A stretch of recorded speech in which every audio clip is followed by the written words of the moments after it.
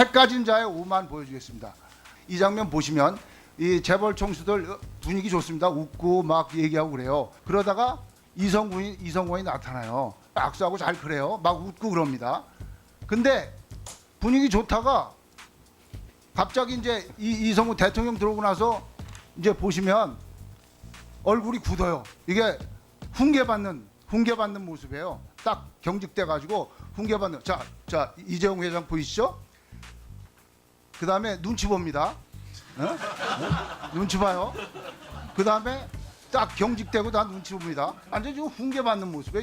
맥락, 배경 이런 거에 대해서 정확히 모르는 상태에서 한 사람의 그 발언의 추측을 가지고 남북관계 전반을 그 판단한다는 것은 저는 아주 적절치 않다고 봅니다. 네, 김 의원 보시기에 이재용 회장이 좀 부회장이 눈치 좀 보는 것 같아요. 아니, 저 영상으로 보면 오해 소지가 뭐 다분한 것 같은데요. 네. 일단 이 부분 관련해서도 이제 민주당의 홍 대표께서 처음에는 좀 강경하게 대응을 하시다가 한 발 뒤로 물러나신 발언을 최근에 하신 걸로 알고 있어요. 근데 기본적으로 저는 아까 TV에 나왔지만 남북관계 전반에 대한 이야기를 여야가 슬기롭게 풀어가고 앞으로 한 발짝 나아가는 게 중요하지 네. 냉면이라는 부분에 대해서 지나치게 또 희화하고 문제화 삼는 것은 발자국을 나아가게 하는데 크게 도움이 되지 않을 거라고 생각을 하고 있어요. 그리고 네. 그 통일부 장관께서 또 전해 들으셨다는 거 아니에요. 근데 어디서 이 이야기가 나왔는지 사실관계가 지금 정확하게 파악되고 있지 않은 상황에서 이 이슈가 더 끌고 간다는 홍영표 것이 원내대표는 예. 이제 그 자리에 있었던 총수 몇 분에게 물어봤더니 못 들었다는 것이고, 그죠? 네. 네. 통일부 장관은 처음에 이제 질의했을 때 그런 이야기를 들은 적이 있는 것 같습니다. 했는데 지금 말씀하시는 건 어디서 들었는지 이런 걸 좀 확실하게 했으면 좋겠다 이 말씀이시죠? 네, 지금 사실관계가 전혀 파악되지 않고 있는 부분에 관해서 네. 더 이야기를 하는 것은 옳지 않다고 생각합니다. 네, 하나만 더 여쭤보고 제가 전 의원님 의견 듣겠습니다. 그 일각에서는 그래서 사실 여부 확인한 다음에 그 리성건 위원장을 남북 대화에서 배제시키든지 우리가 뭔가 항의 입장을 우리 정부에서 밝혀야 되는 거 아니냐, 한두 번도 아니고 이런 거친 언사가 이런 주장은 어떻게 보십니까? 뭐 일면 타당하지 못할 이유도 없다고 생각합니다. 네. 네. 어떻게 보세요? 저는 다시 한번 분명하게 말씀을 드리는데요. 네. 남북 문제에 관한 한, 특히 이 돌이킬 수 없는 한반도에서의 평화 공존 체제를 만드는 이 상황에서 네. 절대 이 문제에 대해서는 가볍게 말하고 가볍게 행동해서는 안 된다. 이 부분 분명하게 말씀을 드립니다. 민족의 운명과 직결된 문제입니다. 그렇기 네. 때문에 다시 한번 분명히 말씀을 드리는데 가볍게 말하고 가볍게 행동하지 않았으면 좋겠다는 말씀을 드리고요. 적어도 정치하는 사람이라면, 대한민국의 국회의원이라면 여야를 떠나서 진보 보수를 떠나서 북한에 함께 가자라고 제안했을 때 함께 가야 되는 것이죠.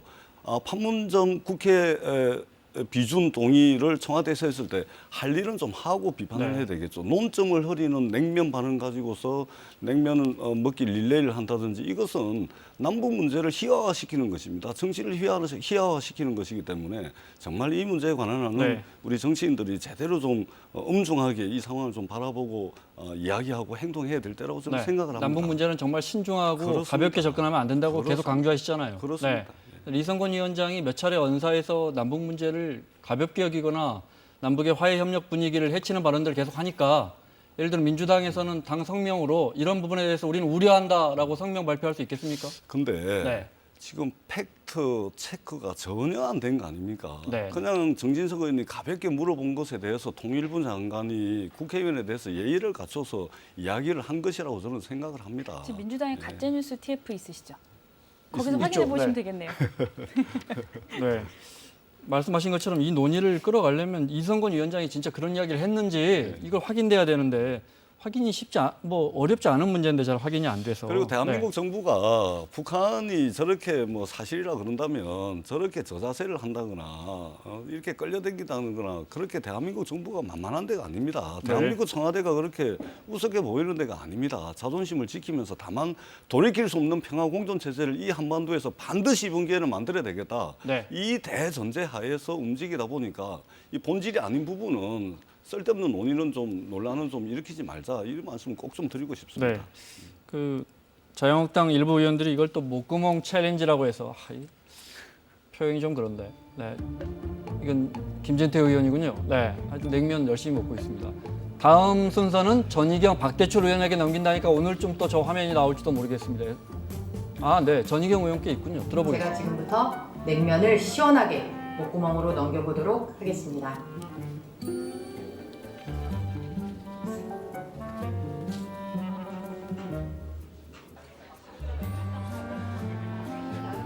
왼쪽에 차명진 전 의원입니다. 냉면이 목구멍에 너무 갑니까? 대구에서도 떨어지고 서울시장도 떨어지고 잘 넘어가다가 또 그 소리 들으니까 쓰도면이요. 바른미래당의 이분도 자유한국당 의원들의 이 패러디에 동참했는데요. 근데 냉면 먹기 솔직히 좀 춥네요. 냉면이 목구멍에 잘 넘어가는지 한번 보겠습니다.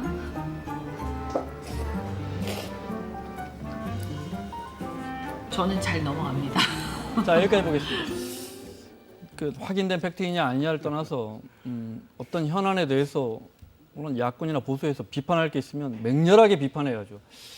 근데 재밌긴 한데 뭔가 본류에서 벗어난 것 같은 또 너무 지나치게 가벼운 그런 가볍다는 지적이 있어요. 어떻게 보십니까? 뭐 정치적 메시지를 대중에게 전달하는데 뭐 네. 가벼울 수도 있고 재밌을 수도 있는 네. 거죠. 시대의 변화에 따라서. 근데 그 안에는 어떤 뚜렷한 메시지가 있어야 되는데 사실 저 목구멍 챌린지라는 것은 어떤 뚜렷한 메시지가 부재해요. 그러니까 굉장히 어떤 알맹이는 없고 껍데기만 아주 화려하게 포장하는 그런 감성파리의 전형이라고밖에 보여줄 수가 없다고 생각이 드는데 어떻게 네. 생각하십니까? 제가 볼 때는 패러디가 갖춰야 될 기본이 있는 거 아니겠습니까? 패러디라는 것은 많은 사람들에게 공감을 불러일으켜야 되는 거 아닙니까? 그래서 네. 기본적으로 갖춰야 될 기본도 갖추지 못한 패러디를 하고 있다. 그래서 제가 볼 때는 정말 우려스럽습니다. 이 정치인들이 정치 불신을 조장하고 정치를 희화화시키고 있다고 저는 생각을 합니다. 더더구나 이 문제는 누누이 제가 중언부언드리지만 남북 문제입니다. 이렇게 희화화시켜서 절대 우리 민족의 미래, 장래에 네. 도움이 되지 않는다 이렇게 생각을 합니다. 저거 중단하셔야 됩니다. 뭐 할 수 있는 자유는 자유한국당 의원님들께 있겠습니다만은 네. 미래를 위해서 좋지 않다 이렇게 생각을 합니다. 바른미래당이 남북 대화를 바라보는 시각이 정리가 딱 돼 있습니까? 이렇게 당론처럼? 유보적입니다. 유보적이죠. 예. 네. 김 의원 생각은 어떠십니까?